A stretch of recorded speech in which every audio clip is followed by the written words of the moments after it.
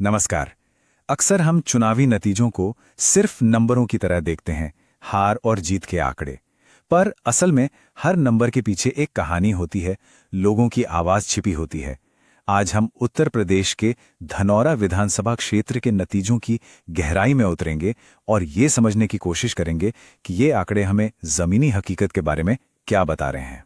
तो चलिए इस कहानी को समझने के लिए हम इसे 5 हिस्सों में देखते हैं। सबसे पहले हम धनौरा के मिजाज को समझेंगे, फिर 2022 के नतीजों से निकले 3 सबसे बड़े संकेतों को पढ़ेंगे। इसके बाद हम जानेंगे कि ये बदलाव आया क्यों, उस नए चैलेंजर के बारे में बात करेंगे जिसने मुकाबले को दिलचस्प बना दिया, और आखिर में देखेंगे कि यहाँ के लोगों का भरोसा जीतने का ब्लूप्रिंट क्या हो सकता है। तो सबसे पहले ये समझना जरूरी है कि धनौरा है कैसा, वहां के लोग कौन हैं, उनकी जिंदगी कैसी है और उनकी उम्मीदें क्या हैं। धनौरा उत्तर प्रदेश की विधानसभा सीट संख्या 39 कोई आम सीट नहीं है। ये एक आरक्षित सीट है, यानी रिजर्व सीट, जो अनुसूचित जातियों के लिए है। और ये एक बात यहाँ की पूरी राजनीति को एक अलग और बहुत अहम मोड़ देती है, क्योंकि यहाँ से सिर्फ उसी समुदाय के उम्मीदवार चुनाव में खड़े हो सकते हैं। अब देखिए, धनौरा का जो सामाजिक ताना बाना है वो काफी दिलचस्प और जटिल है। यहाँ दलित, ओबीसी और मुस्लिम समुदाय के लोग साथ रहते हैं। इसमें भी करीब 40% मुस्लिम वोटर्स हैं, जो किसी भी चुनाव का नतीजा तय करने की ताकत रखते हैं। ज्यादातर लोगों की जिंदगी खेती बाड़ी पर निर्भर है। और सबसे बड़ी बात, यहाँ के लोग अपनी राजनीति को लेकर बहुत सजग हैं। तभी तो हर चुनाव में लगभग 70% लोग वोट डालने निकलते हैं। और जब हम जमीनी हकीकत की बात करते हैं तो कभी कभी एक छोटी सी चीज पूरी कहानी बयां कर देती है। जैसे कि ये एक बात जो वहां के लोगों ने कही। निवासी जाटव बहुल गांव की सड़क के एक गड्ढे का वर्णन करते हैं जिसकी वर्षों से मरम्मत नहीं हुई है। ये सिर्फ एक गड्ढा नहीं है, ये इस बात का प्रतीक है कि लोगों को महसूस हो रहा है कि उन्हें नजरअंदाज किया जा रहा है। ये हमें बताता है कि वोटर्स के लिए बड़े बड़े वादों से ज्यादा जरूरी वो मुद्दे हैं जो उनकी रोजमर्रा की जिंदगी पर असर डालते हैं। तो ये तो हुई जमीन के बात। अब आते हैं उन नंबरों पर जिन्होंने सबको चौंका दिया। 2022 के चुनावों ने हमें 3 बहुत साफ इशारे दिए, 3 सिग्नल्स जिन्हें कोई भी नजरअंदाज नहीं कर सकता। पहला सिग्नल, और शायद सबसे बड़ा, जीत के मार्जिन का सिकुड़ना। जरा इस बात को समझिए। 2017 में बीजेपी ने यह सीट 38,000 से भी ज्यादा वोटों के बड़े अंतर से जीती थी। ये एक तरफा जीत थी, लेकिन सिर्फ 5 साल बाद 2022 में यह अंतर सिमटकर महज 11,000 वोटों पर आ गया। यह गिरावट बताती है कि सत्ताधारी पक्ष की जमीन खिसक रही थी। दूसरा सिग्नल, यह कहानी का दूसरा पहलू है। एक तरफ जहां जीत का अंतर घट रहा था, तो दूसरी तरफ विपक्ष मजबूत हो रहा था। समाजवादी पार्टी का वोट शेयर देखिए, 2017 के 29% से बढ़कर 2022 में यह लगभग 38% हो गया। यह साफ दिखाता है कि सरकार के खिलाफ जो वोट थे वो एक जगह इकट्ठा हो रहे थे।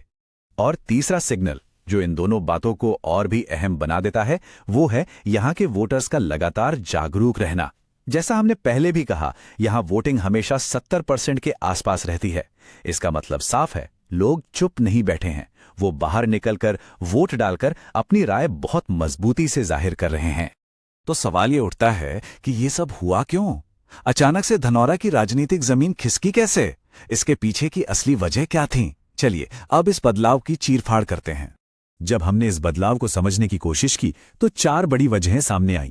पहली, बीएसपी का जो पारंपरिक वोट बैंक था वो काफी हद तक टूट गया। दूसरी, एक लड़ाई चल रही थी राष्ट्रीय स्तर के मुद्दों और गांव गली के स्थानीय मुद्दों के बीच। तीसरी, सरकार के कामकाज को लेकर लोगों में एक नाराजगी बढ़ रही थी। और चौथी और शायद सबसे अहम वजह, दलित और मुस्लिम वोटों का एक साथ एक ही उम्मीदवार के पक्ष में जाना। इसे आप ऐसे भी समझ सकते हैं कि 2 अलग अलग कहानियां लोगों को सुनाई जा रही थीं। एक तरफ थी सत्ताधारी बीजेपी की कहानी, जो डबल इंजन सरकार के फायदों और एक बड़ी विचारधारा की बात कर रही थी। और दूसरी तरफ थी समाजवादी पार्टी के चैलेंजर की कहानी, जो गांव की टूटी सड़क, अधूरे वादे और रोजमर्रा की मुश्किलों की बात कर रही थी। और इस दूसरी जमीनी कहानी को एक चेहरा मिला, एक ऐसा उम्मीदवार जिसने इस पूरे समीकरण को चुनौती दी और मुकाबले को इतना कड़ा बना दिया। सपा के उम्मीदवार विवेक सिंह। उनका प्रोफाइल देखिए, बहुत ही यूनिक है। उम्र सिर्फ 32 साल, विदेश से एमबीए की डिग्री, रिकॉर्ड एकदम साफ, कोई क्रिमिनल केस नहीं। पहचान से वो खुद दलित खटीक समुदाय से हैं और उनकी शादी एक मुस्लिम महिला से हुई है। ये एक नई पीढ़ी के महत्वाकांक्षी नेता का बिल्कुल सटीक उदाहरण है। तो उनकी असली ताकत क्या है? देखिए, वो अपनी आधुनिक पढ़ाई को अपनी जमीनी पहचान के साथ बहुत असरदार तरीके से जोड़ते हैं। आप उन्हें किसी एक कैटेगरी में नहीं डाल सकते। वो दलितों से भी जुड़ते हैं, मुस्लिम समाज से भी उनका एक पारिवारिक रिश्ता है, और पढ़े लिखे युवाओं के लिए भी वो एक प्रेरणा का चेहरा है। तो इस पूरे विश्लेषण से, इस पूरी कहानी से हम क्या सीखते हैं? अगर धनौरा जैसे क्षेत्र में लोगों का दिल और उनका भरोसा जीतना है, तो उसका रास्ता क्या है, उसका ब्लूप्रिंट क्या होना चाहिए? इसके लिए एक रणनीतिक फ्रेमवर्क है जिसे हम चतुर्मुख सिद्धांत कह सकते हैं। चतुर्मुख मतलब 4 चेहरे या 4 दिशाएं। ये 4 दिशाएं हैं: पहला, ऐसा विकास जो लोगों को अपनी आंखों से दिखे। दूसरा, समाज के हर तबके को जोड़ने की कोशिश। तीसरा, लोगों से सीधा और सच्चा संवाद। और चौथा, ऐसा नेता जो सिर्फ चुनाव के समय नहीं बल्कि हर समय उनके बीच मौजूद हो। और ये सिर्फ किताबी बातें नहीं हैं, इसके एक्शन पॉइंट्स बिल्कुल साफ हैं। पहला, वो समस्याएं ठीक करो जो लोगों को रोज दिखती हैं। सड़क के गड्ढे भरवाओ, नालियां साफ कराओ।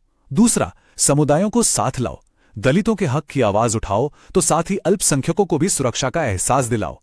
तीसरा, ईमानदारी से बात करो, व्हाट्सएप को सिर्फ झूठे प्रचार का नहीं बल्कि लोगों की समस्याएं सुलझाने का जरिया बनाओ। और चौथा और सबसे जरूरी, लोगों के बीच रहो, गांव-गांव जाओ, सिर्फ अपनी बात कहने नहीं, उनकी बात सुनने। तो धनौरा की ये कहानी, ये सिर्फ एक विधानसभा सीट की कहानी नहीं है। ये हमें हमारे लोकतंत्र के भविष्य के बारे में एक बहुत बड़ा और जरूरी सबक सिखाती है। और वो सबक ये है कि आज का वोटर बहुत ज्यादा जागरूक है। वो सिर्फ बड़े बड़े नारों या राष्ट्रीय मुद्दों पर वोट नहीं देता। वो अपने नेता के काम को अपनी रोजमर्रा की जिंदगी पर पड़ने वाले असर से तौलता है, और उसकी याददाश्त बहुत तेज होती है। और आखिर में ये कहानी हमारे लिए एक सवाल छोड़ जाती है कि एक वोटर का अटूट भरोसा जीतने के लिए ज्यादा जरूरी क्या है? एक बहुत बड़ी शक्तिशाली राष्ट्रीय कहानी या फिर उसके घर के सामने बनी एक पक्की सड़क? अगर आप भी एक जन केंद्रित नेता बनना चाहते हैं और अपने क्षेत्र को आगे ले जाना चाहते हैं तो blueprintstrategies.ai से mgr@blueprintstrategies.ai पर संपर्क करें या 08042041602 पर कॉल करें। राजनीति से परे एक उद्देश्य।